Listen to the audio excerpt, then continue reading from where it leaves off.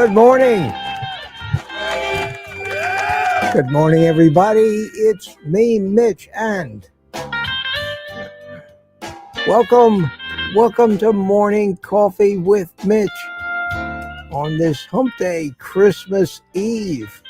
Wow. Good to see you. Good to see you while we wait for people to get here and get the ball rolling. Listen to some blues. What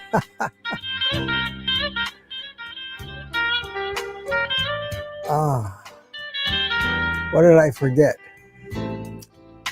Oh, yeah.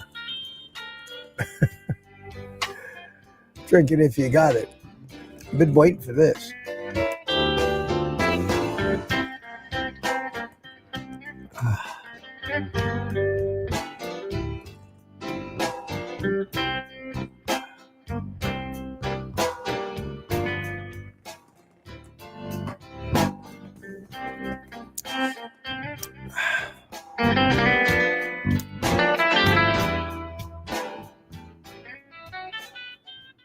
Merry Christmas Eve to everybody.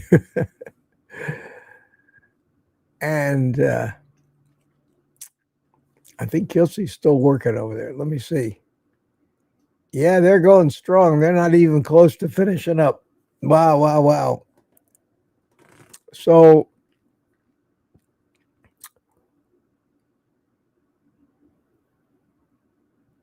I guess we wait.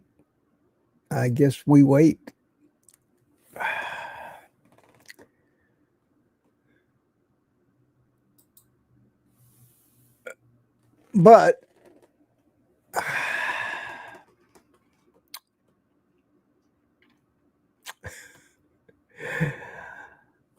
this time of year screws up everything. Well, we're not going to wait for him.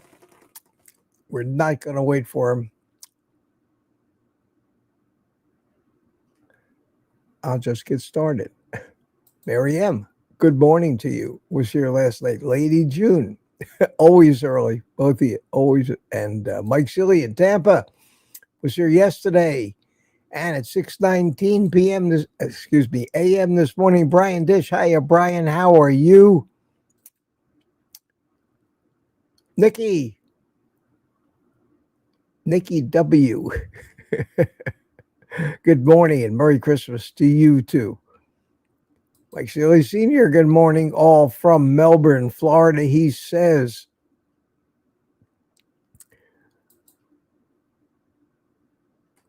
Barry Simon. Hiya, Barry. How are you, my friend? Good to see you.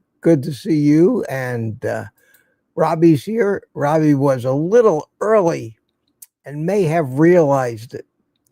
So he came back.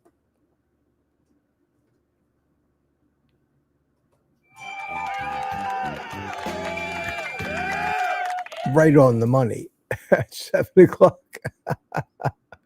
Christmas ribeye, he says. And Lori Watts is here. Good morning, Lori. How you doing?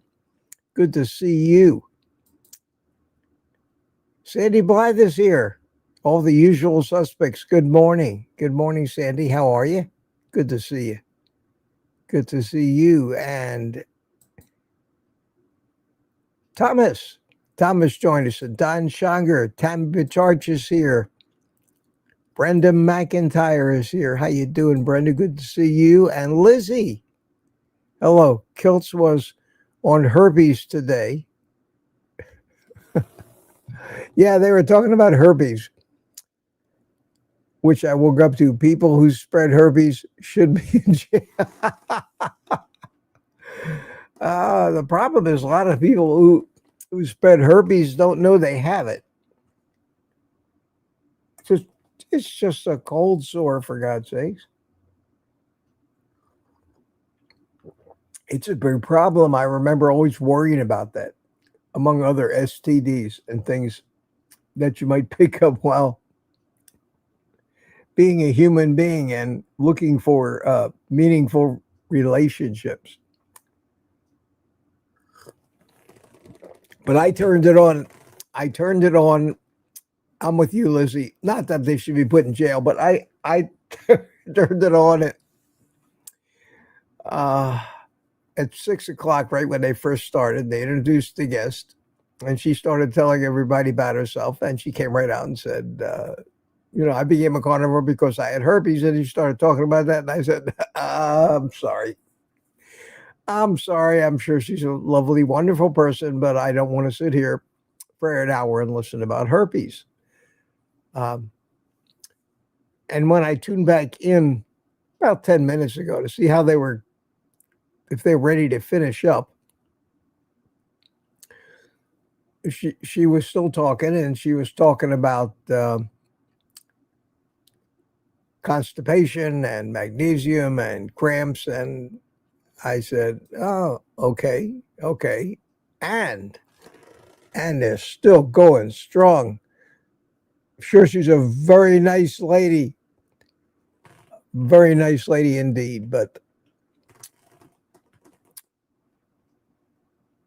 I don't know her, so I can't say one way or the other. She's a coach, a carnivore coach. So we'll just let them go. We'll let them go. And we 32 people that are here with us, 38 now, who will revel in our own company. But Shanaf, how you doing? Good morning to you. Good morning to you. And this is Wayne Herman from Lancaster, North Carolina. Good morning, Wayne. How are you? If you got any questions or anything you want to talk about, put it in the chat. QQQ. And we'll see if we can get to it.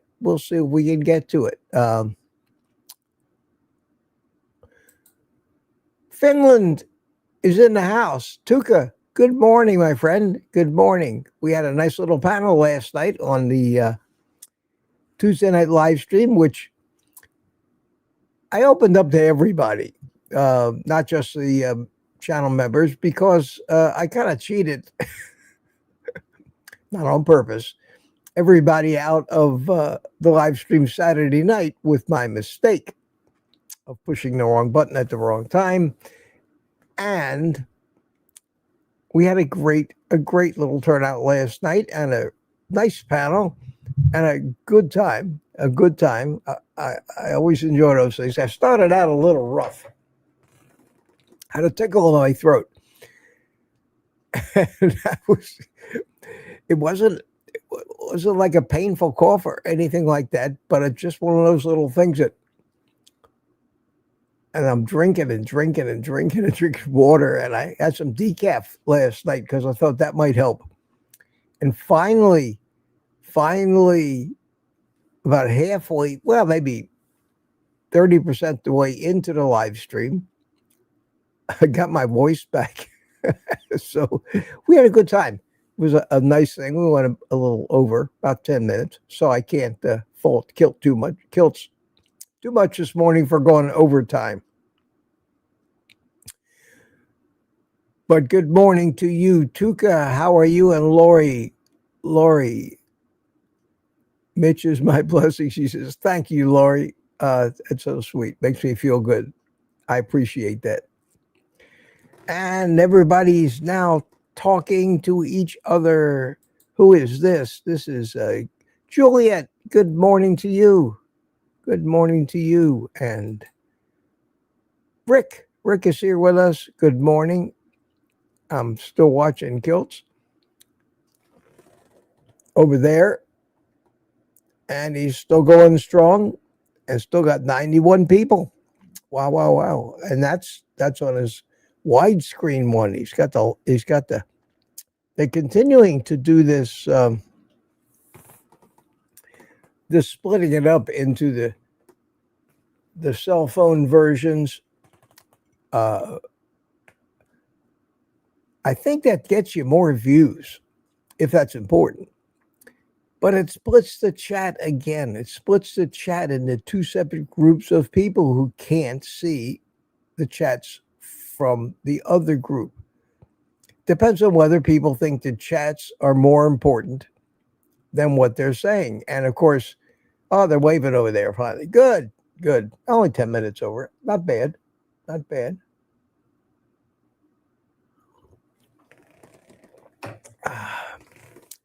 I don't take it personally if people don't come over here right away because I usually spend the first 10 or 15 minutes acknowledging everybody and saying good morning till we get going. So it doesn't matter. They're done. They're finished over there. And we'll see if we pick up. And if we don't, then I've learned something. I've learned that we don't get a lot of viewers from kilts. There, we got a couple starting to pick up. Anyway, good morning, Rick. How are you? And Steve Rogers is here. Captain America. I liked it better when it said Captain America up there, Steve. Good morning from Kansas City. Super Tune is here. Good morning. And Greta Brunswick, good morning to you. Power is out here in stormy California. Wow. Wow. Well, be safe. Be safe. Jerry Bell, good morning to you, Jerry. How are you? And Aaron is here with us. Good morning, Aaron. And Lizzie. Now they know. She says, I said they don't know them, or yeah, they know. Yeah, Lizzie.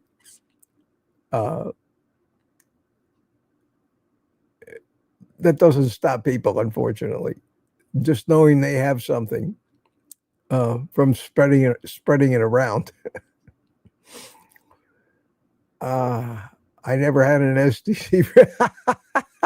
Oh, Rick. Oh, that's funny. That's funny. And who just says good morning? It's Peter. Hiya, Peter.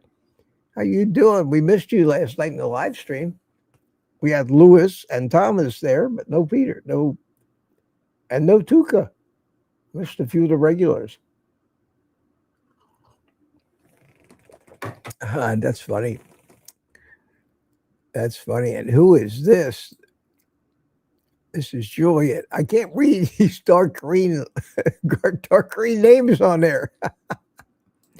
What's this? Lizzie says, I freak out if I get a zit and start to visit. They know my best friend called it when she's just a teenager. Oh, talking about herpes now. Yeah, well, they already, I think, milked that subject to death over on Kelsey, so we won't get too deep into it here. Lucy, good morning, Lucy. How are you, my friend? And Terry is here. Hiya, Terry.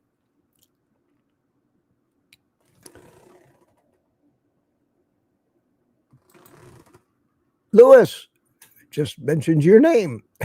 How are you? Good to see you this morning. Thanks for coming in last night. We had a nice little live stream. I enjoyed that. And probably do it again Saturday night. I am probably not going to have the members live stream tomorrow night on Christmas Day. I think everybody should take that day off, including me. Not that I celebrate Christmas, but there's too many preoccupations, and y'all enjoy your holiday, enjoy your family, whatever activities you have planned. And then I'll be back here again on Friday morning coffee with Mitch. Then Saturday night, we'll do the live stream. Approaching New Year's Eve. Now, traditionally, since I've been on YouTube, I've always done a New Year's Eve live stream, and I may do the same thing this year. I more than likely will. So let me look at my calendar here, because I haven't thought much about New Year's yet. New Year's Eve is Thursday night. Okay, so on the 1st, Thursday evening, instead of the members live stream, I will do a New Year's Eve live stream, probably started about 9 o'clock. And we may, if it's depending on the attendance, we may make it all the way through till midnight and celebrate the New Year, at least here on the East Coast. I've always enjoyed that. But what makes these things enjoyable, of course, is if they're well attended. I don't enjoy it when I sit here talking to myself. So we'll give it a shot and tentatively plan for that for maybe 9 o'clock on New Year's Eve. I'm not going anywhere. I traditionally always stayed home on New Year's Eve. Like so many people, I consider it amateur hour out there. Stay off the roads, and the tendency is to want to climb under the bed and hide. There's going to be fireworks going on. No sense. I've learned long ago, no sense trying to go to bed early on New Year's Eve with everybody wanting to set off fireworks next door. And that usually happens too. Carnivore Jerry, good morning. Look, question above Mitch, she says. Let me try to find that. Give me 1 second, and I'll see if I can find the question above. And I don't find any QQQs above that.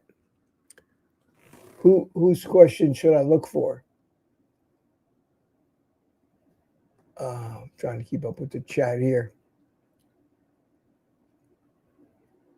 Peter says Mitch didn't celebrate Christmas. He's Jewish, so am I. I try to get in the holiday spirit. To me, these holidays are almost nothing to do with religion. They're just a holiday to go shopping and buy presents for people you love. So in that respect, I do get into it. I do get into my son and the family went over to where my daughter lives on the other side of Florida and had a Christmas dinner with the family over there. My daughter loaded my son up with Christmas presents or Hanukkah presents for me, which she buys every year. These silly T-shirts that I wear, and I got evidently a new slew of silly T-shirts on the way. My son brought them back, and I haven't seen my son yet. I talked to him yesterday, and he's got the silly T-shirts for me, and he bought me a few of his own. And I probably go over there day after Christmas because they're crazy busy, and pick them up. So I may have some new funny T-shirts. I always look forward to those to show off. And I might wear one of them on New Year's Eve if I can find one that is particularly outrageous, because that's kind of how I like to present myself in public. Somehow outrageous.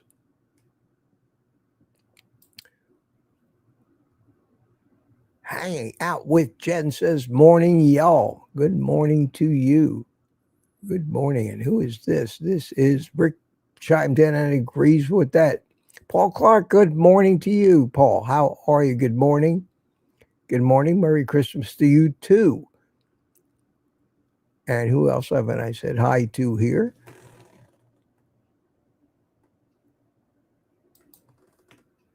Loretta. Good morning, Loretta. Glad you made it. How are you? Good to see you this morning.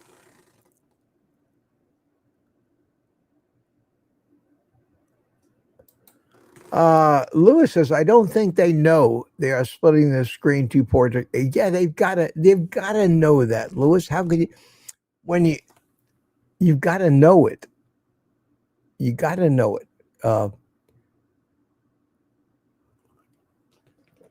If you just look at the feed, you're going to get two different versions, two different windows open up, and one of them's you got to know it. You got to realize you're doing that. It does get you more views if that's the only thing you're worried about. Because you could use your cell phone with the standard landscape view of a YouTube video, and you got your cell phone. And if you want to see it widescreen and not formatted in that tall, annoying TikTok and YouTube Shorts format for cell phones, turn your cell phone sideways. And then you can watch the thing in glorious panoramic view. It's a sad commentary. Maybe not sad, but it's a commentary on the fact that we're living in our cell phones. I don't particularly like to. I buy all these electronic gadgets, and they all promise that for consuming media, they call it. Get this, for consuming media. It's got a big wide screen so you can watch your movies and your YouTube videos. Well, maybe that stuff applies to younger people that travel a lot, people that are always out of the house, sitting in coffee shops on their notebooks or on airplanes watching movies. But for me, give me a big screen, give me a TV or something when I want to be entertained. I want to be entertained without having to hold up a cell phone in front of me. I've tried that a couple of times, and I find it's unpleasant to try to consume a movie sitting somewhere with a cell phone and earbuds in. So I get it's a different world, and we older people realize the changes more than so many of the younger people that come up with it, and don't find it as satisfying a way to consume this media as sitting in front of a big screen. IMAX, CinemaScope. That's what I want to see.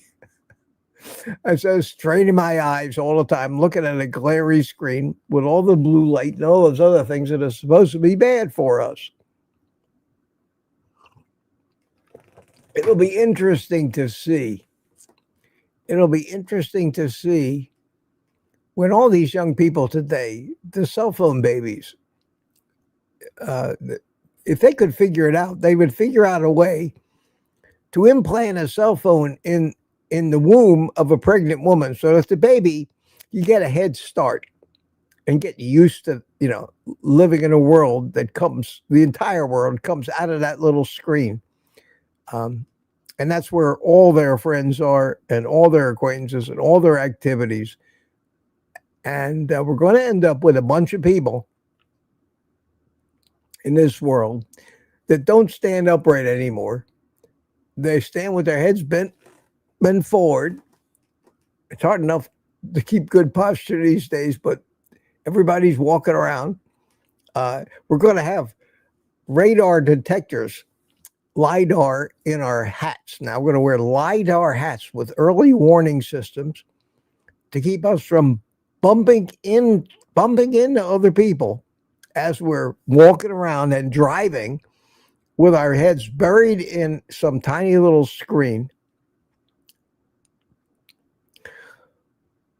And we're going to be controlled completely by the message and the narratives that emanate from that nasty little box that we carry around. We're going to lose our freedoms because everybody's going to know exactly where we are at every minute of the day. The cars that we drive spy on us constantly. We have no privacy at all. And we gave up that privacy for the convenience of what we can do with these cell phones. But we've also given up our autonomy. Honest people don't worry too much about it. But if you're a married guy and you're cheating on your wife, you're sunk these days. You're sunk. They're going to know where you are every minute. And if you think leaving your cell phone at home is really going to help you, you're going to have to drive somebody else's car too, because your car knows where you are and is reporting that all the time. It's ridiculous. Now, for me, I don't care. I'm home all the time, so I don't care if they know where I am. But for anybody who's trying to live a life and expects some privacy out there, Good luck. Good luck these days. Your watch locates you. Your earbuds locate you. Your phone locates you. Your car locates you. It's incredible. It's incredible. Everything's got a GPS chip in it now. And if that isn't enough, they sell a little, you can stick a tracker on anything or anybody and they won't know you're tracking them. It used to be in the old movies, they used to climb under a car and stick a big box up under there. Which made something beep. You remember those old movies? Not anymore. Not anymore. You got kids? Just put something on their cell phone. You know where they are every minute. I don't know about you, but I don't like to be surveilled 24/7 and have to always be looking over my shoulder. Yet, like so many other people, I filled up my house full of these Amazon Echo gadgets or Google gadgets and that I can talk to, and they all got cameras, and I got security cameras, and everything's connected to the internet. And I basically, you have to make sure you don't know who's got control of your cell phone, your notebook cameras. You got your notebook computer sitting there open with the camera. You're going to take their word for the fact that they promise not to be looking when they're not supposed to? Or that you think in your own naivety that for some reason when the little red light isn't on, that the camera's not on?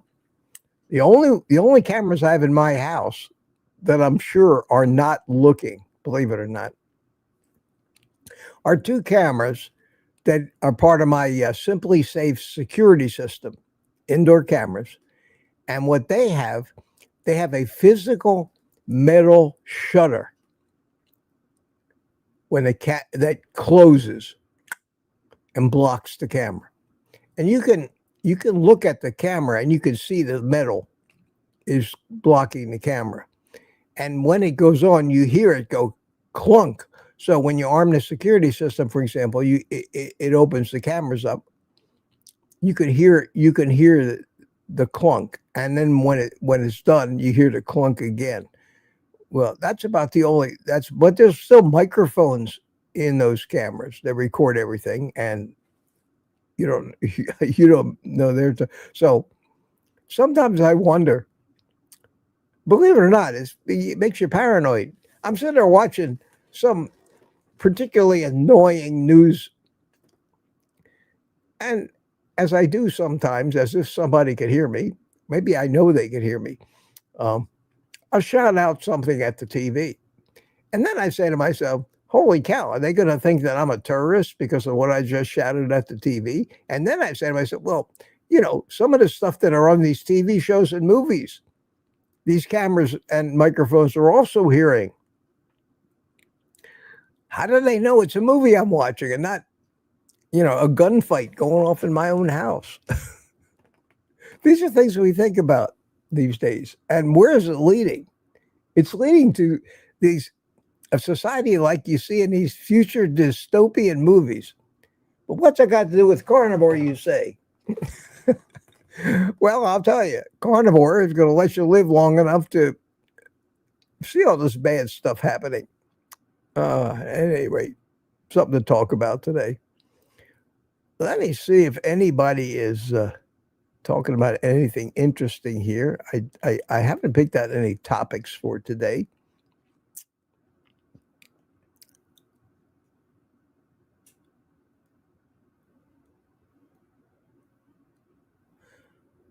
Really, Kitzel's talking about cats. Be careful with the catnip. Peter says, Milton might freak out and attack you again, Rick. A lot of people. Why do you guys have cats? Wow. A lot of my neighbors have cats too. Hey, Donna Ray, good morning to you. How are you? Merry Christmas to Mitch and everyone, she says.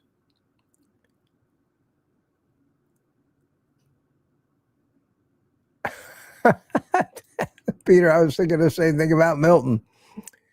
Well, Rick, you got to ask yourself, Rick, do people tune in to actually see you, or are they actually tuning in to see Milton's antics? Loretta Nadeau, good morning, Loretta. Good morning, darlings. Have a fabulous day. How many is anybody actually working today? I guess everybody in retail is probably working.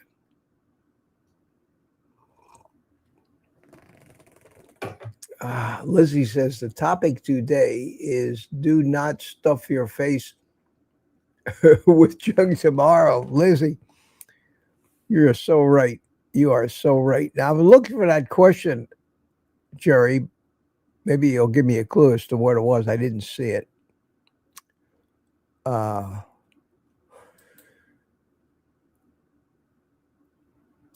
Yes, Tammy, New Year's Eve with Mitch and the Misfits.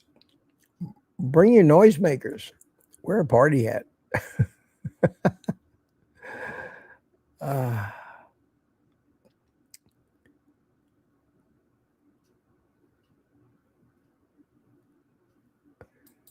Sandy had a question. No QQQ. Well, it's hard to pick it out of all this. See it?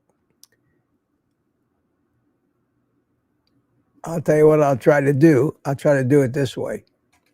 Whoops. I'll try to do it this way. SANDI.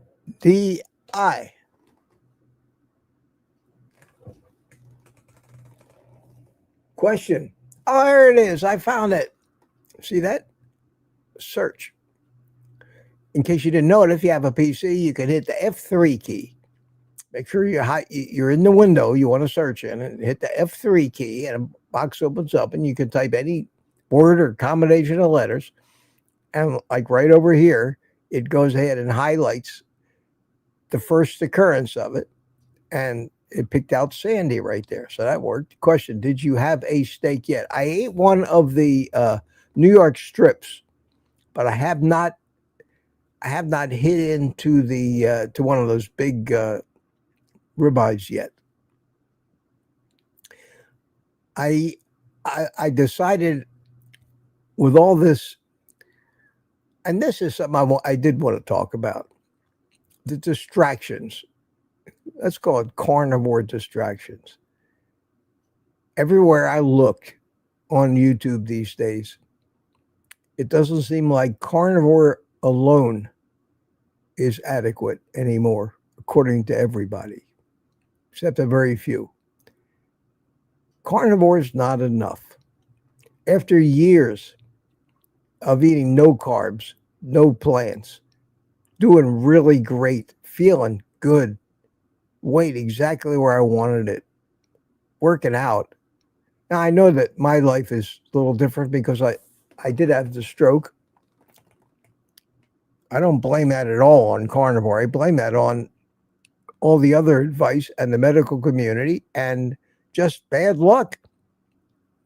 You know, you can't blame the fact that before I actually went carnivore, I did that stupid thing at the gym, got myself lightheaded and passed out and hit my head and ended up having brain surgery, which I think is exactly what I know from the imaging is exactly where the stroke occurred. And ultimately, I think that the odds are not that I expect that you can hack up somebody's head like they hacked at mine and not damage a tiny little capillary somewhere. And since they could not in any way definitively tell me why I had a stroke, their first inclination is to blame it on my high cholesterol. And I've never seen a study that shows a correlation or causation of high LDL in a healthy individual and a stroke. So you got to say, what's the most likely thing? And then with me, I figured it was an anomaly. Anybody can have a blood clot somewhere, and it happened. It happened. I don't think the two are related because I don't see carnivores stroking out every day, or else we'd hear about it. We'd certainly hear about it the way the vegans out there publicized my stroke like everybody on Carnivore is going to have a stroke, they said. I was a trending topic for a little while. In fact, I don't think they were rooting for my recovery. I was thinking they would hope that I died. And I fooled them. I came back, went on YouTube, and I chronicled the whole thing. And I'm getting better and better every day. Takes a while, but that's the way it is. But the trend these days is in carnivore videos and carnivore influencers on YouTube is to always seem to emphasize that if you stay on carnivore over a few years, it's bad for you and you need to do this, you need to do that. And these influencers are all jumping onto this bandwagon, and I can't say that they're wrong. You know, that's the old Homer Simpson philosophy, where Homer Simpson said, is everybody in the world stupid except me? Well, you know, you sometimes got to say, maybe I'm wrong. And I always do that. I say, I may be wrong. And then my shirt says, but I doubt it. But still, you got to give some credibility to all of these people who are not dumb, who have been carnivore for a long time. A lot of them are very smart. Many of them are doctors, even though the doctors themselves don't agree on so many things. And we have a mistake. We look at this, we look at the doctor in front of somebody's name and assume they know something because they went to medical school. And in the same breath, we also know that none of the stuff that we've learned is taught in medical school. They may as well have gone to air traffic controller school and claimed, I'm an expert because I'm an air traffic controller, and let me tell you what you need to eat. They don't teach them shit about nutrition in medical school. They're supposed to teach them basic biology, but whose version of it? And from what textbook? Something that was written 40, 50 years ago? Or the new textbooks that extol the virtues of healthy whole grains and plants, and the meat's bad and cholesterol is a killer. That's what they teach them in medical school. And we were supposed to respect them as experts when they got the doctor in front of their name? I don't buy that. That doesn't make sense to me. So just because there's a YouTube doctor who tells me that visceral fat is deadly, that's his opinion. We don't have any studies. I talk about that all the time. There's no studies that definitively prove any of this. There's narratives and stories, and you got to try to distill it down. And the average people that are watching these things doesn't understand the physiology of it, doesn't understand evolution, or doesn't believe in it. Simple as that. Think it's some kind of conspiracy. How is the average person, like most of the people that watch my video, the average person who has a life, has a field of expertise of their own, things that I would never know because that's what they do. And their field of knowledge and expertise and experience and life experience is not in cellular biology. They don't understand how DNA works and how epigenetics works and how proteins are synthesized and which proteins get synthesized and which proteins combine with other proteins to create little molecular machines, and how these little molecular machines are powered, and how when you hold your arm out and you move it to here, how in the world did that happen? What powered that? What powered that? Where's the energy coming from? And how is it doing this? How is it making my arm and my fingers move? Oh, it's your muscles. Well, how do my muscles move? It's physical work.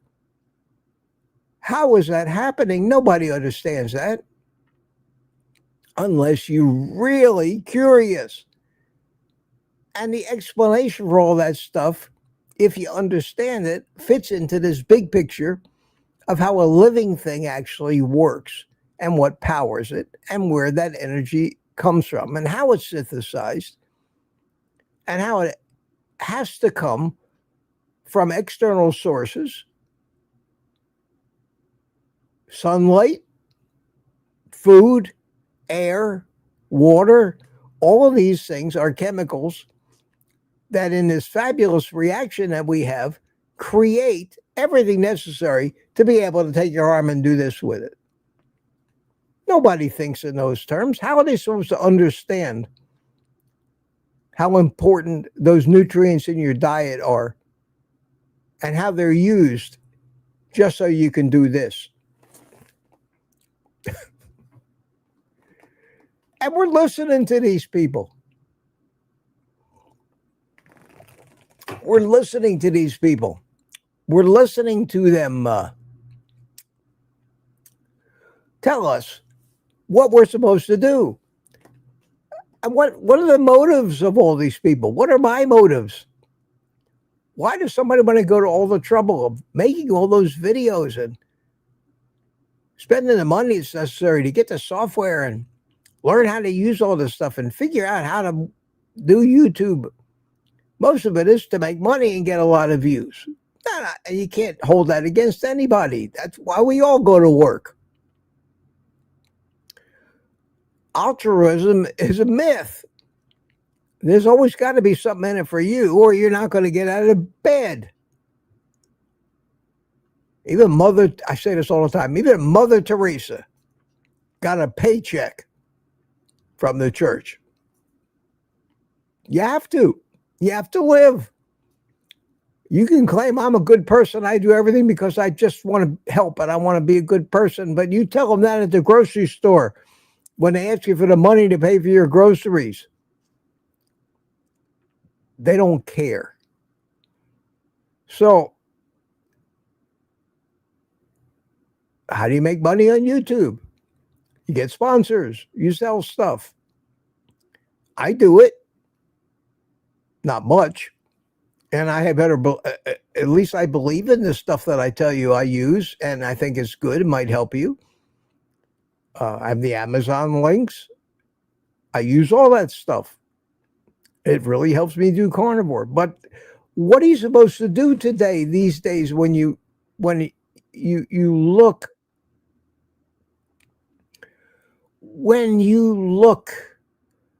out there and you see a video from somebody that you respect and is doing good things and you know is a great person and everything else, and they come out and they basically trash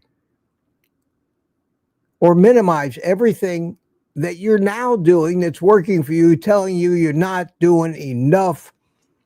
And the one example I'm talking about is you need to start eating fermented foods because Dr. Sean O'Mara says so. Well, Dr. Sean O'Mara may be 100% correct. But now you're faced with a dilemma. And then I hate to mention these guys' names because I don't want to demonize them. These are good people who help a lot, but they have differing opinions, like me. And I'm sure there are many people out there that demonize me and my ranting and my opinions. Yes, Rant Man. That's me. I seem to be at my happiest when I'm ranting. That's my frustration at the absurdity that I see out there and the destructive crap that we're all drawn to. And then I see that some of this destructive crap managed to get hundreds of thousands of views on YouTube and make that person some money. And here I am with 73 people and no money coming in from YouTube anymore, so to speak of. Nothing. Nothing. If I make $500 a month at this now, it's a lot from YouTube. But that's silly. That's silly. I shouldn't get out of bed unless there's $500 in it a day, an hour.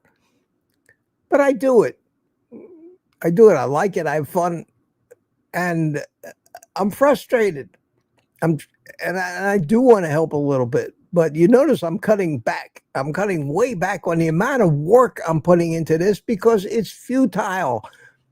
I got a few people that listen to me and like me for some reason. Many people just never get a chance to even know who I am because YouTube doesn't think in my space, in the carnivore space here, with the following that I have, that it's worth their energy and their bandwidth to actually recommend my videos to anybody that doesn't already know me and hasn't subscribed. And that's where I am. I've been banned. I've been basically put in YouTube purgatory because I'm not outrageous enough. I don't lie enough. I don't do enough clickbait. I don't do the crap that gives them the opportunity to run their ads. So there are times when I get so disgusted with this, and I just feel like whatever work that I do put into this, I'm being used by them, and I'm just not good enough anymore. And that's why so many really, what I consider great YouTubers, people that really were worth watching, I've just decided, F you, Google, and just stop doing it. And that's a battle I face every day, every day. So those of you few people that stick in there with me, you're the only reason, I just hope you realize that I actually go to the trouble to do this anymore. The fact that you've become my circle of, quote, friends, and that's about it. Oh, here I am. I'll keep doing it, but I'm not going to work nearly as hard as I did when I was building this, because not only YouTube, but the carnivore community itself has lost, as far as I'm concerned, has lost its way. And I've fallen for this stuff. I've fallen for the add carbs thing. That screwed me up so bad. Just so you know, I am back. I reset it back 2 years ago. I am absolutely zero carbs now, zero fiber. I got all constipated again when I started eating carbs, when I started eating blueberries, when I started to eat dairy even. Terribly constipated. I was finally had my bowel in the greatest shape of my life, avoiding all that stuff. And then I listened to scientists tell me that my blood sugar's going too high and I'm going to get protein poisoning and this and that, and I'm going to hurt myself, and I, got to add carbs. And then I listened to Benazati, you got to flex, got to exercise. And I said, yeah, that makes sense. Okay, maybe we got to exercise those sugar burning pathways. And then I hear Kelsey tell me the body doesn't get energy from sugar. And then I hear Bart K and Ben Bigman explain glycolysis and the sugar metabolizing pathways where the body gets energy from sugar. And then I learned that, which I learned long ago, just exactly how a cell generates energy in the form of ATP from either sugar or fats. And then I listened to Bart K explain the Randall cycle, which is the regulating mechanism that determines whether the cell is going to use a sugar metabolizing pathway called glycolysis or a fat burning pathway called lipolysis as an intermediary step in oxidative phosphorylation, which is a part of the electron transport chain that converts all this good stuff into ATP, which is the molecule that eventually powers the little molecular motors in your muscles with little motor proteins that run up and down and actually create movement and are powered by this ATP, then it makes us able to do this. So once you understand why you can do this, and you can lift up something, and you can walk around and think, and if you start to comprehend just exactly how much of this ATP you have to generate in a day, and how fast these little molecular machines are whirring away at every cell and every mitochondria of your body, the ATP synthase enzymes, there are little motors that spin at tens of thousands or 100,000 RPM, and how fast atoms exchange electrons and protons to create this ATP. And you begin to understand the fabulous complexity and speed that works 24/7 in your body with all these hundreds of different metabolic pathways. Once you understand the chemistry of that, it becomes very easy to understand the effects of nutrition and having what you need. And yet all we see every day on YouTube is somebody else telling us we need to do this, we need to do that. Carnivore, if you don't do this. The secret to carnivore that I found, and that's basically about all I need to say every day, all day on YouTube, is try to hammer into the heads. The one thing I've learned about carnivore that makes it work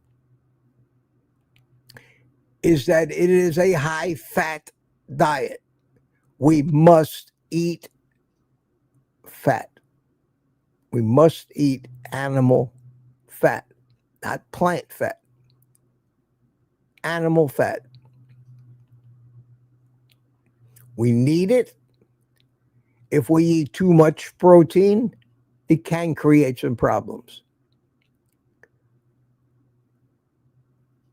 A high-carb, low-fat diet is a killer. It's going to take, I think, 10, 20 years off the lifespan, healthy years off the lifespan of any human being.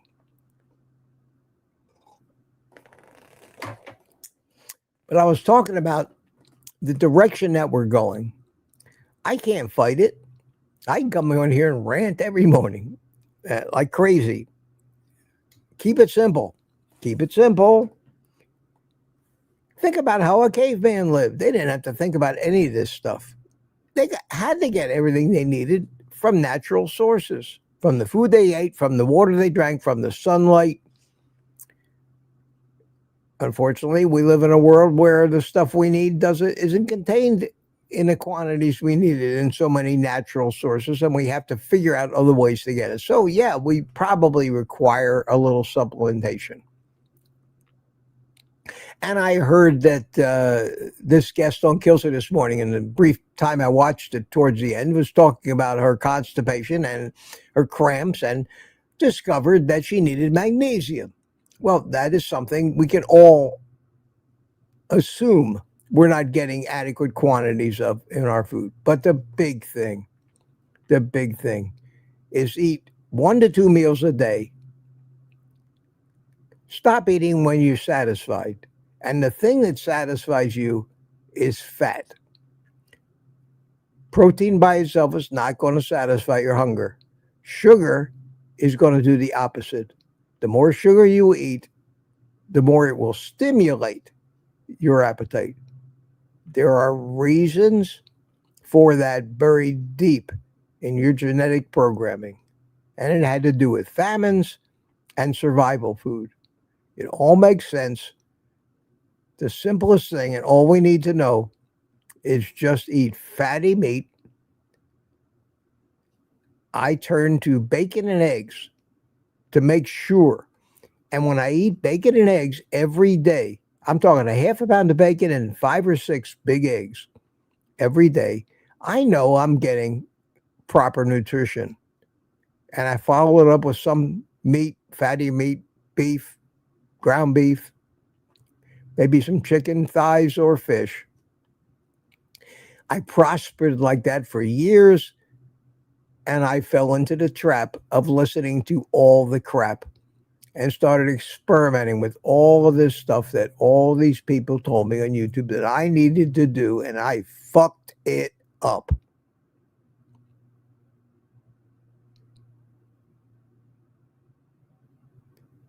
And I came back to my senses.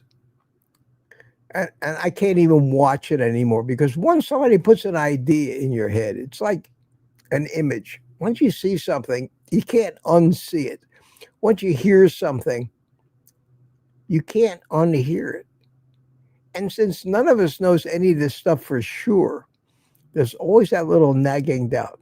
And what I've noticed is happening with all these wild directions and the way we're bastardizing the concept of carnivore or even keto without the sugar, with some low carb vegetables. I think that's fine if it doesn't screw up your digestion. For me, all that stuff just screws me up. But not everybody has to be pure carnivore. And if you happen to slip up and have I don't want to use the word treat, but grandma stuffs a cookie at you and you eat it, that's not going to kill you. Compared to the amount of poison the average human is ingesting, and they're still living to be 70, 80 years old. They might not be healthy. They may be suffering, but they're still alive. I'm back to it now. Whether anybody cares what I do or not, or knows what I'm doing or not, is not going to affect the fact that I'm doing it. Back to basic carnivore. My cravings have completely gone away again. The last thing in the world I want now is blueberry ice cream. But a month ago, that's all I could think about. So the psychological changes are real. The cravings are real, not imagined. They're a function of your chemistry. And if you keep feeding yourself the stuff, the cravings will never go away. If you cheat, you're cheating yourself, and you're rewarded with cravings for more and more. And for that reason, if we had any real number or real idea of the actual success rate long term of every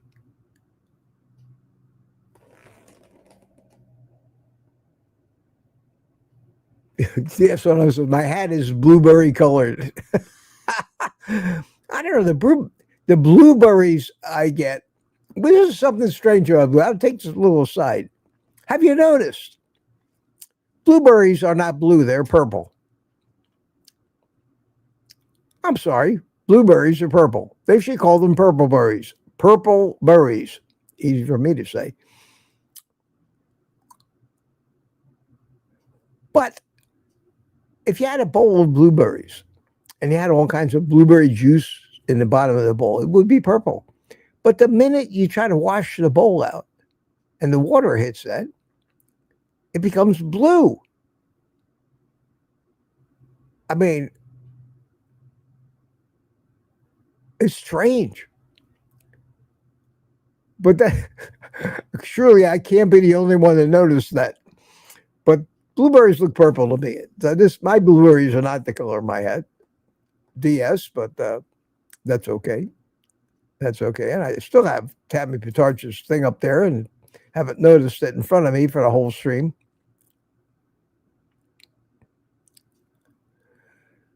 And here, Barry Simon says, celebrate 8 p.m. as soon as you... Well, I may start at 8 or 9. Not everybody. I may not make it to midnight either. We'll see. We'll see. And there's a question of steaks. Did you have a steak yet? You re-entered it. I found it. I'm so far behind in the chat. I'm like an hour ago. Let me see if I had any other QQQs in here and address them, because I've been ranting away. But this is just my observations. And the advice or anything that you can take away from all this ranting that might be actionable is one of my favorite expressions. If it ain't broke, don't fix it.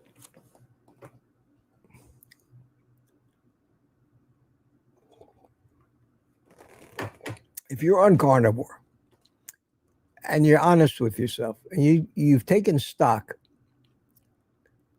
you know what you can tolerate. You know if you are hounded by cravings, and that's a sign that maybe you're doing something wrong. If you crave variety, then you may be doing something wrong. Food freedom, being fully satisfied, is something that I don't think many human beings would recognize if it slapped them in the face. I never did. I thought it was perfectly normal to always be looking for a new treat, a new taste, a new dining adventure, a new food. I'm not the only one. We have whole TV networks dedicated to nothing but expanding the variety and tastes and experiences and pleasure that we get from food. We are a food culture. Everything we do now, every social activity, every reward is based around food, around eating. We raise our children. Treats. So much business, huge business in supplying these treats to the human beings. Our economy would suffer if they went away. What the hell would happen to this world if people stopped drinking Coca-Cola and other soft drinks tomorrow, stopped eating salty snack foods, and all the companies that manufactured all that stuff, like Coke, Pepsi, Nestle, Nabisco, Kraft, all these companies had no market for their pallet loads of crap that you see in Sam's Club. How much of the economy would go away? Half? It would be a catastrophe. We couldn't survive that. So many jobs would be lost. What are these people going to do? They're being replaced by robots anyway. They all going to go to coding school and learn how to develop mobile apps. What are the options available to the people that are supported by the manufacture, the distribution, the transportation of all of this crap food? How many people would be out of work? And who's going to pay them? And where's the welfare money going to come from? And what are we going to do with all the houses that are foreclosed when they can't make their house payments anymore? And the homeless people who used to be a truck driver and deliver Cheez-Its, pallet loads of Cheez-Its to Sam's Club, where are they going to work? So there is that little bit of reality we have to look at. It's easy to say, stop eating that stuff. But there's too much money in it. And the people that make all this money and do this work are, of course, going to want to look out for themselves. That's human nature. So we're never going to change the world, and certainly not this old fart. I'm never going to change the world. But I look at all this stuff, and that's a reality, and I'm a realist, if nothing else. But I do know that carnivore works. I know that it has changed my life and made me healthier than I'd ever been. And even now, after a stroke, I'm still healthier than just about any other pushing 79-year-old out there. Because I was never an athlete. I never worked out all my life. I never ran marathons. I was never in great physical shape. I was always somewhere between plump and chubby. And I managed to get in the best physical shape of my life at 77 years old. The first time in my life I would ever not be embarrassed to show a picture of myself with my shirt off. Then I had the stroke. Well, that doesn't affect the fact that this did work, and it's still working for me. And I think that's why I'm recovering so well. And I fall prey to this nonsense like everybody else. I hear something that puts a bug in my head that maybe they got a point. Maybe I need to try this. Maybe I need to try that. And I screw it up. And that old saying of mine, if it ain't broke, don't fix it, keeps coming back.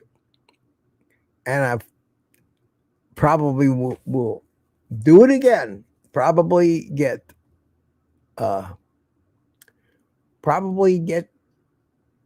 tricked by somebody else that I respect, who comes out and says something basically, and I'm going to say, well, maybe I need to do that, and then I will ruin it again and finally come to my senses and remember that it worked. So if it's working for you, be very careful. If you buy into any kind of panic messaging that makes you want to change what you're doing, it will be the end of the success. If you have a real problem trying to do straight carnivore, you got to try to figure out what it is. Because being a carnivore or not eating carbs, let's not call it carnivore. Let's just say that living a carb-free, a zero-carb life. I like that. If somebody didn't have that as a name for the channel already, I'd probably take it.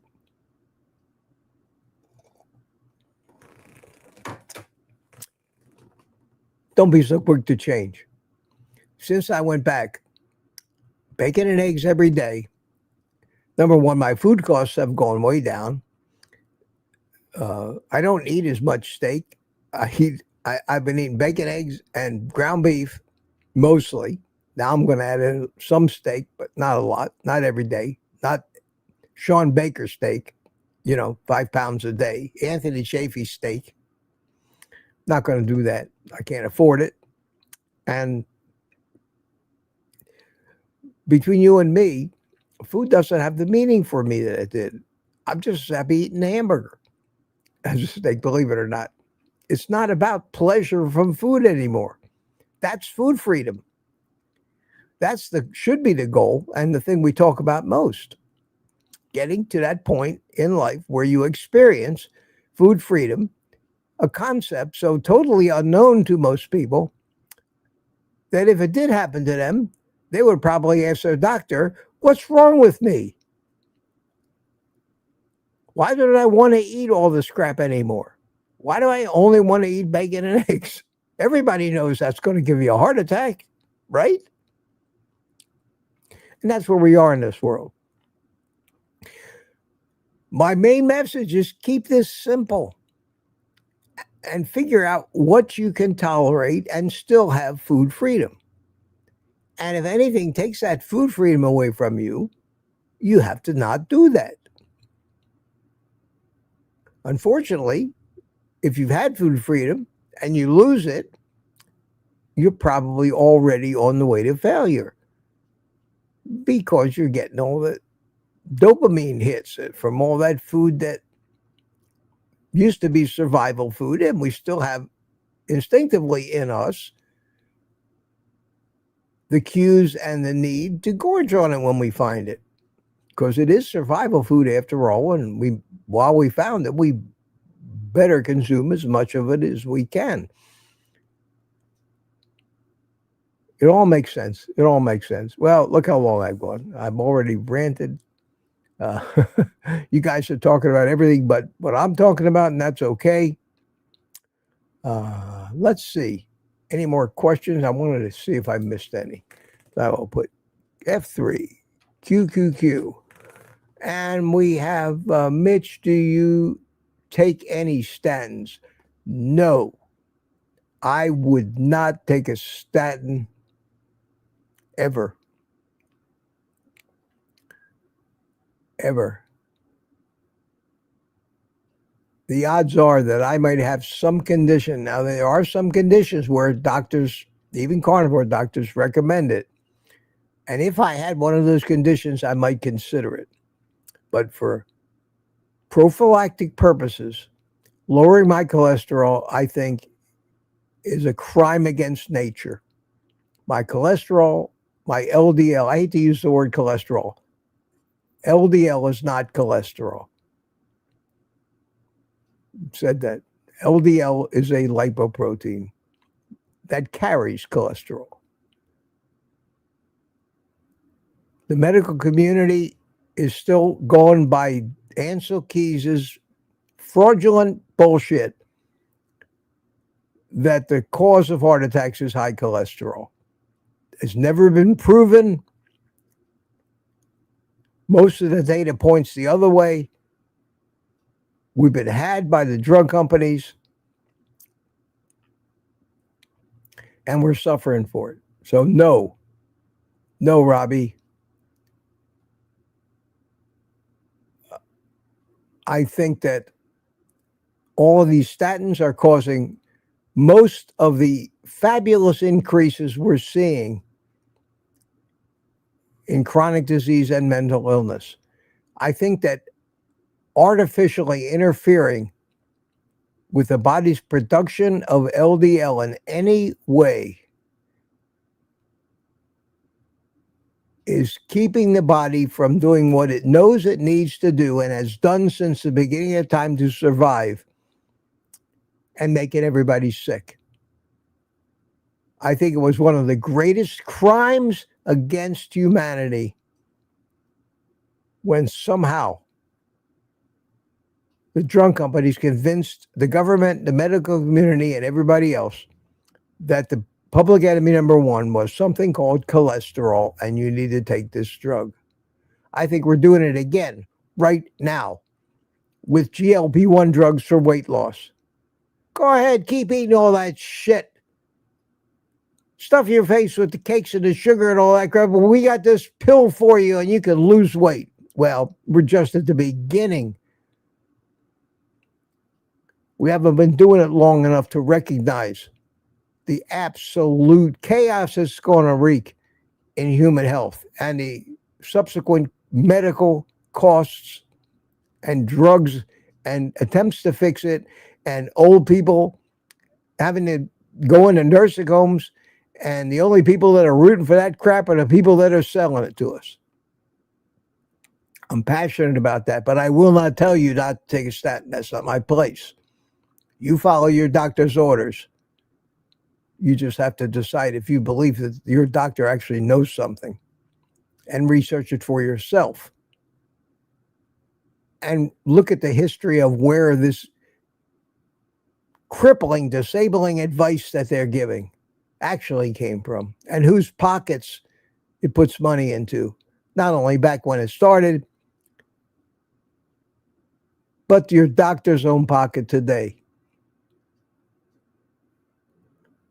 It's going to take you a lifetime to get to the level of contempt that I have for the medical community and how it runs. In fact, everything in this world is so corrupt, it's crazy. You just don't want to play anymore. Now I know why smart people over time have decided that they just drop out. Nothing they can do about it, and watch the world go to hell from the sidelines, knowing that you're not going to live forever. That's a good thing. Next question.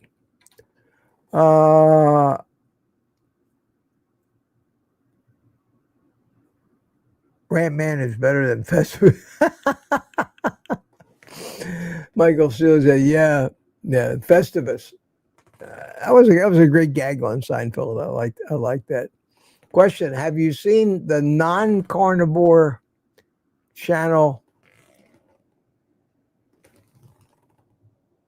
A&J Meadow? He makes big money doing weird videos about liquid drinking. No, I haven't seen that yet. Jerry asked me that. No, I haven't. There's just too many YouTube channels these days. Everybody and their brother wants to be a YouTube star, except me. I don't want to be a YouTube star anymore. I have no aspirations.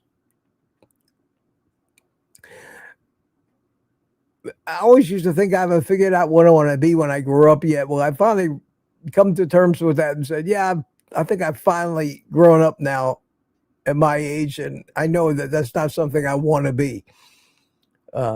Is a YouTube star. I just don't want the criticism anymore.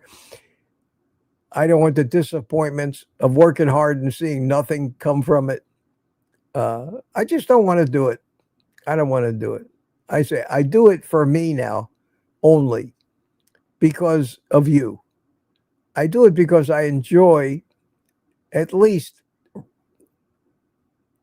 being able to have a platform, even if it's only a few people, where I can talk reality and common sense, a message which doesn't seem to apply to much anymore. We live in a world of fantasy and stupidity, controlled by a very few who actually have the means and the paths to distribute the narratives and figure out more and more ways to control the messaging and control the directions of our lives based on fear, mostly fear. And that's what we've come to. Is that new? No, because go back to the Rockefellers. Look at some of the antics that these people did. And their governments are out of control and play on our fears and use that as an excuse to further take our freedoms away. And I don't want to sound like I'm wearing a tinfoil hat because this is reality. All those conspiracy theories that they used to tell us were so silly have proven out to be real. Real actions. All of that stuff.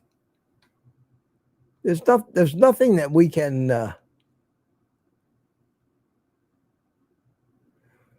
Peter says, Mitch, you've decided not... Yes, I finally made that decision, Peter.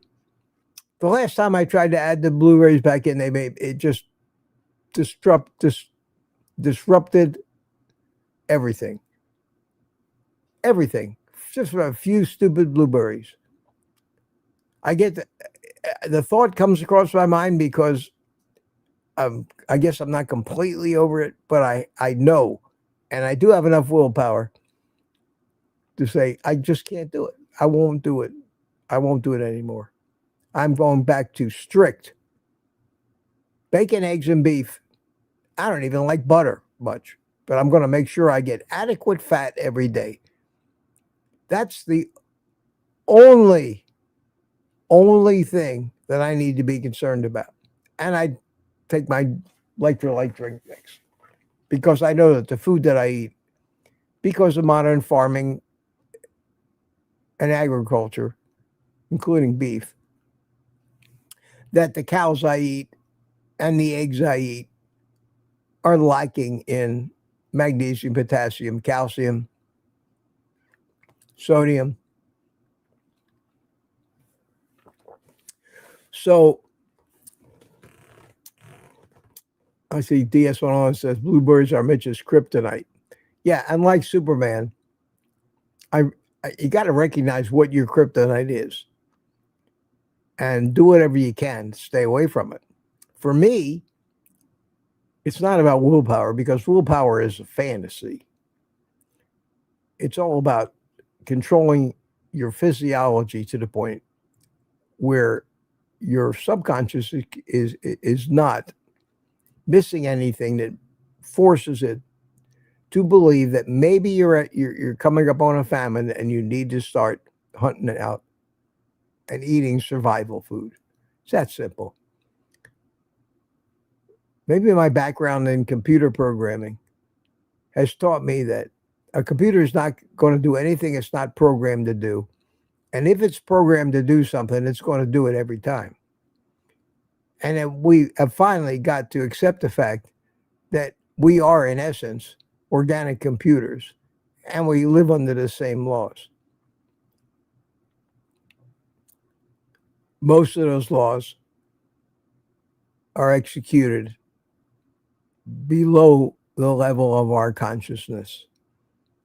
Once you come to accept that fact, that there's no mysterious, superstitious, magical, unexplainable nonsense out there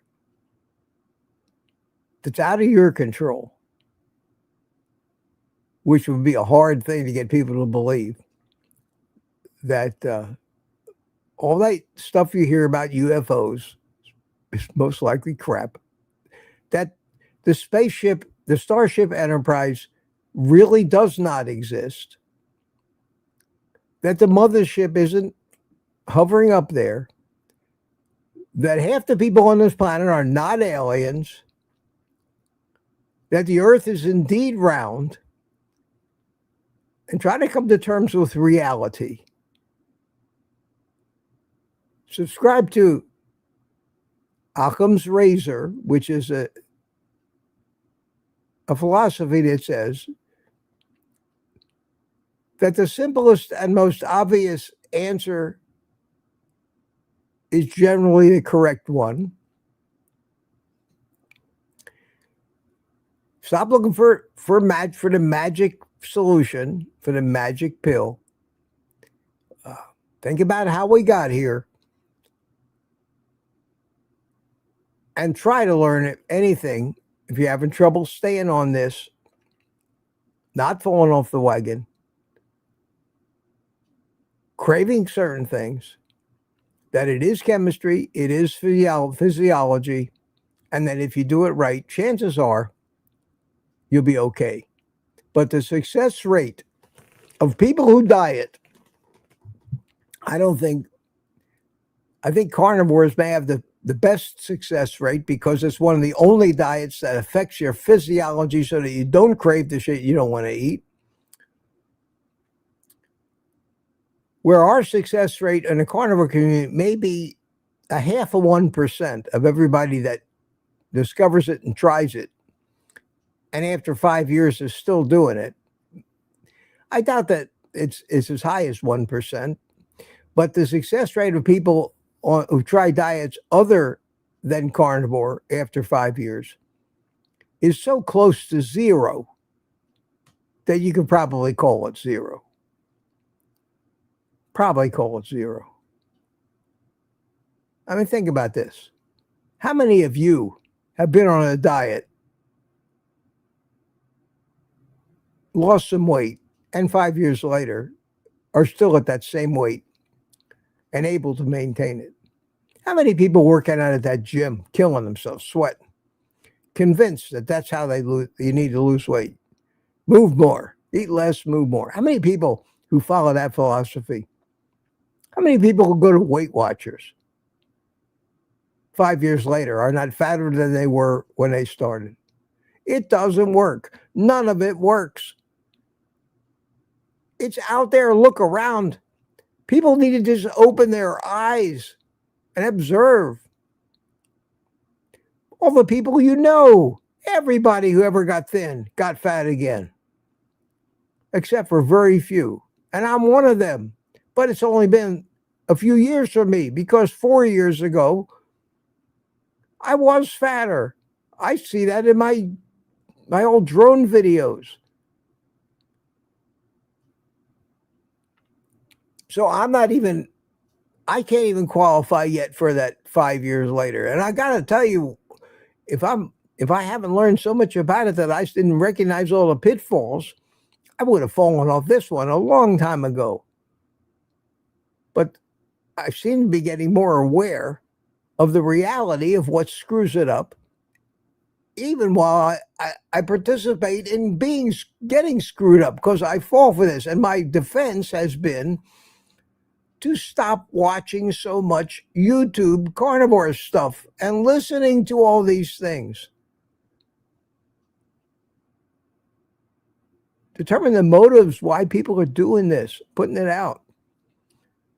And I've decided for me that the most helpful thing that I can do is stay out of those conversations. No more videos about should I add carbs or not. I made those videos when I was hooked, when I really believed, because guys like Robert Sivas and Benazati and all those people were telling me that I would be hurting myself if I didn't. Well, I learned that that's bullshit. Not hurting myself. At any rate, let me see. I got a coffee here. Definitely gone over time today, but that's all right. I'm in a brand new mood. Barry Simon, my friend, thank you so much. Bought me 10 coffees. We come for the entertainment and an occasional rant. Okay, more than occasionally. Well, Barry, I hope I haven't disappointed you today, because this is what I'd like to do. I feel like I'm just trying to pass on some things I've learned, and maybe a little wisdom. I never discount the fact that I might be wrong, but I don't think so. Because every day as I look around and I do observe, that's all I got time to do now is observe, is I see it keeps repeating. It keeps repeating. You can only listen to so many people tell you their carnivore story. Most of this stuff that we older carnivores, and by older, I mean people that have been doing it for a year or more, we've all heard it all before. You can't stop putting it out there because there's such a turnover in the viewership. I've seen that in my own subscribers. How many tens of thousands of people that subscribed to my channel lost interest and gave up, and you don't see them anymore. How else could somebody with as many subscribers as I have get so few views on a video? It's that most of my audience failed. Just like the friends and relatives that we try to help, most of them, if not all of them, also fail. Because the world is stacked against us. There's too much commerce, too much business, too much money. Selling things to people that we would naturally get addicted to and want to eat and harm our health.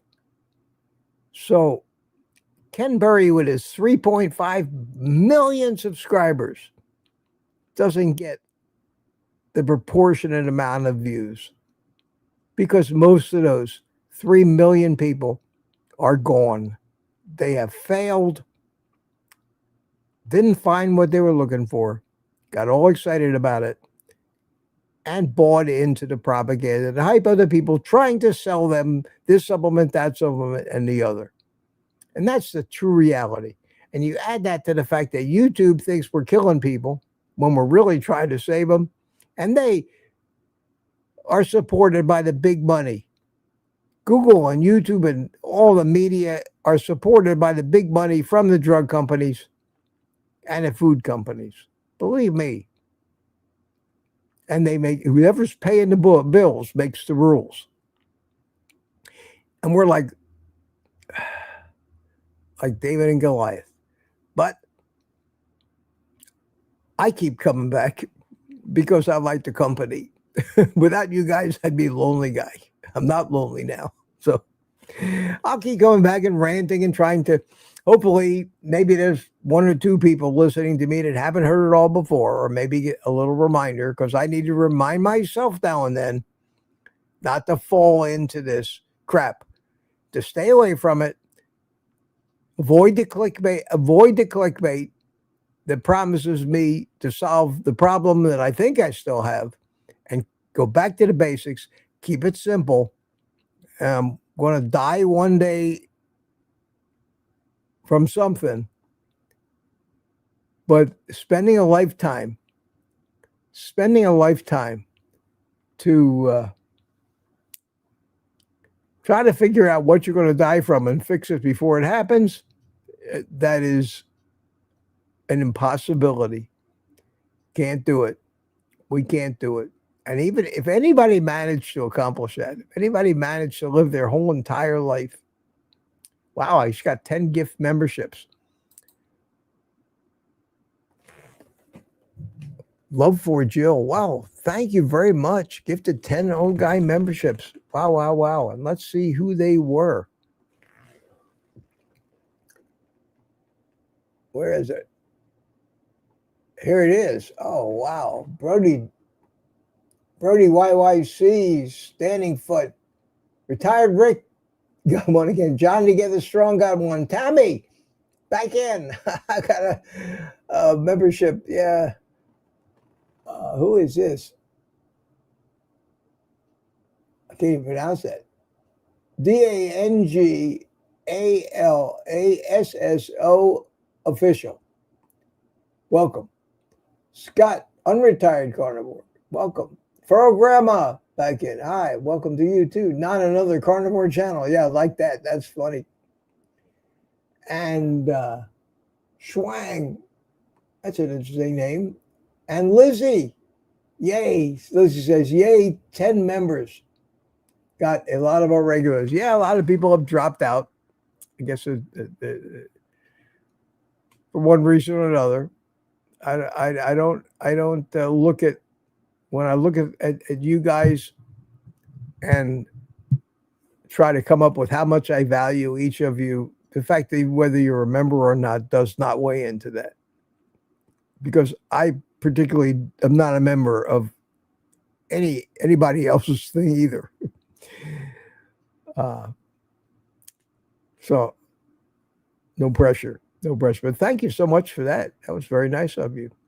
I was still trying to look at the look for the QQQs, but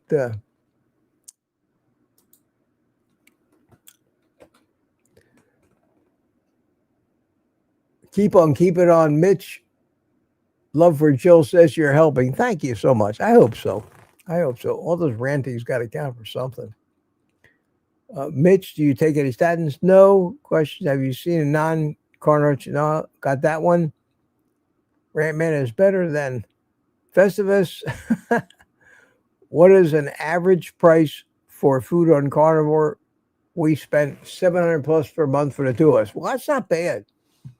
I think $300 to $400. You can eat pretty good on Carnivore, especially if you eat a lot of inexpensive food. And I'll tell you what the inexpensive food is. Bacon and eggs is basically inexpensive. Ground beef is inexpensive. Chicken thighs are the cheapest thing in the world. They're $1 a pound, $1.25 a pound, and a lot of fat. Got to eat chicken, eat the thighs with the skin on. Very cheap. You go to Sam's Club and buy more chicken thighs than you can carry out for $20. I mean, I'm talking about pounds of it. I always keep that in the freezer. I eat it a couple times a week. I air fry it with the skin on. Comes out fabulous. It's tasty. Plenty of fat. Salmon is about the only fish that I eat. Maybe sardines once in a while or anchovies with eggs. But eggs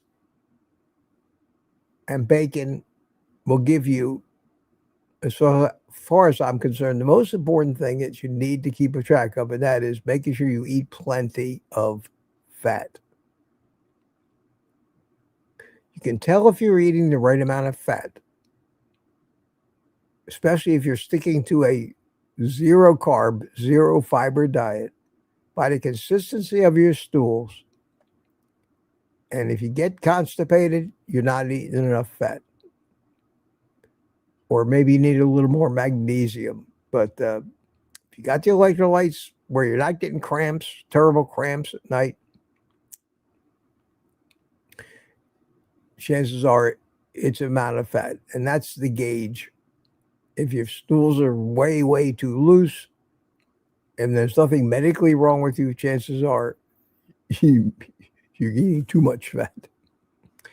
Aren't too many of us eat too much fat? We've been so conditioned over so many years with the propaganda that eating animal fat is going to kill you. That's very hard for you to make that mental shift to the reality of the fact that eating that much animal fat is what's going to keep you healthy, keep your brain working, and make you live longer, even though everybody's telling you that your high LDL is going to kill you.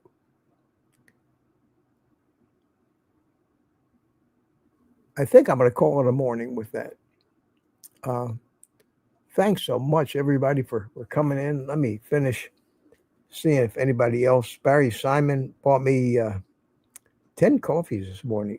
Lizzie bought me a coffee yesterday, but thank you so much, Barry. I appreciate that.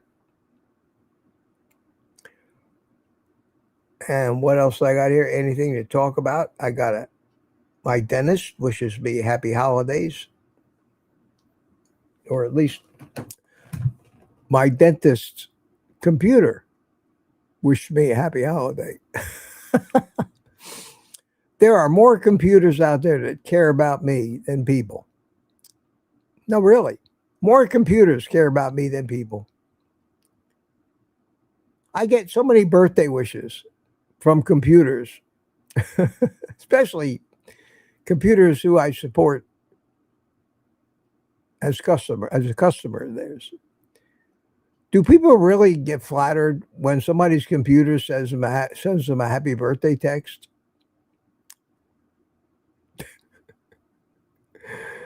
Have we taken the human out of humanity?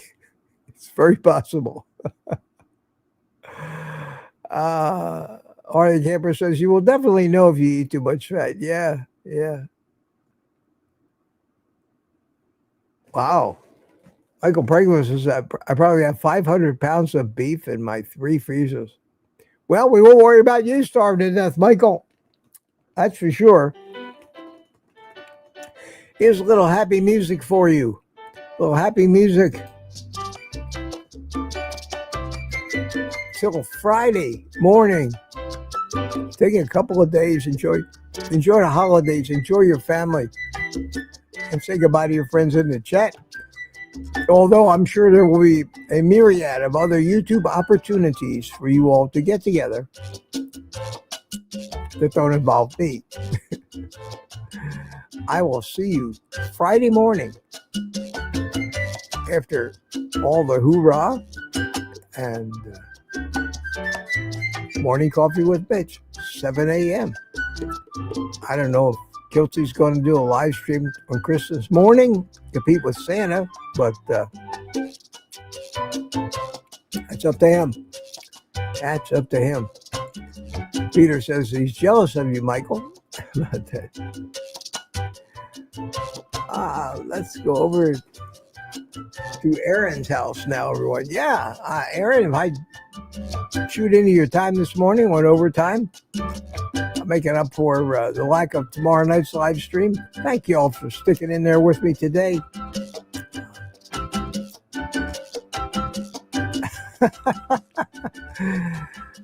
It's been fun. What else I got to say? I think I said enough. Mitch, you said enough today. All right. Laurie Watson says, thank you, Mitch. And it's over. And with that, you know the drill. Any coffee left? One little sip. Still hot. Thank you, Francine Bourgeois, for the coffee warmer. I will never forget that. Actually, it keeps it out all the way through. Let me finish it.